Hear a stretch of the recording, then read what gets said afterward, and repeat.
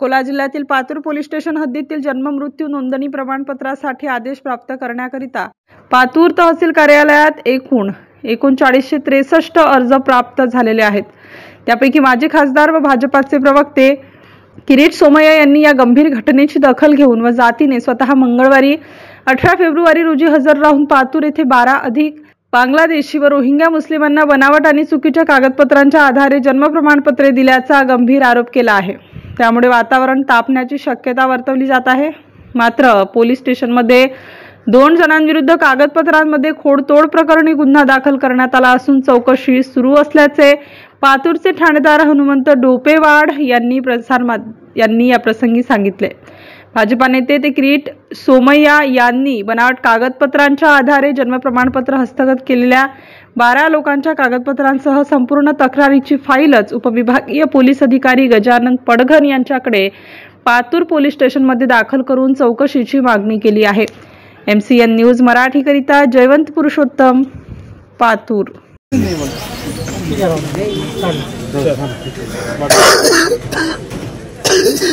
याला दे हवा हो दे भाई माइक दे छोटा दे दे बस थैंक यू सर।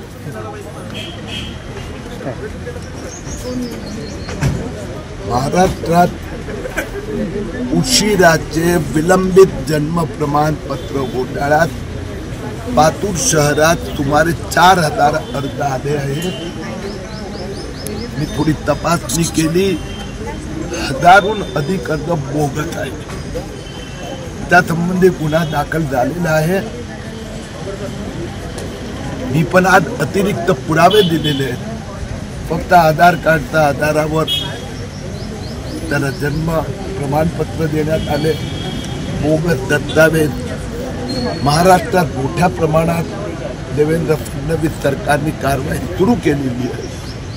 आतापर्यंत 8 पोलीस स्टेशनमध्ये FIR दाखल झालेले आहेत। 300हून अधिक आरोपींची चौकशी चालू आहे आणि मला असं वाटते की हिंदुस्थानातला महाराष्ट्रातला एक मोठा घोटाळा 2 लाख बांगलादेशींना भारतीय बनवण्याचा याचा पर्दाफाश सरकारने केला आहे। सर, आतून प्रश्न असा आहे की शासनाची चौकशी चालू आहे, SIT चौकशी चालू आहे, हा चांगला विषय आहे। पण ज्या लोकांचे ओरिजिनल लोक महाराष्ट्रातले आहेत त्या लोकांचे सुद्धा प्रमाणपत्र देणं थांबवलेले आहे।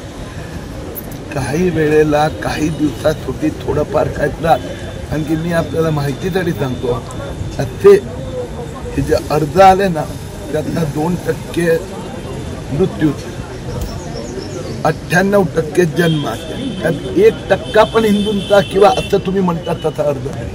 97% बांगलादेशी मुस्लिम आणि वय काय 30 वर्ष, 40 वर्ष, 60 वर्ष, 70 वर्ष। तर काही असेल तर लवकरच शासन एकदा हे सुरू झालं इन्व्हेस्टिगेशन कारवाई, त्या संबंधात पण गाईडलाईन देणार।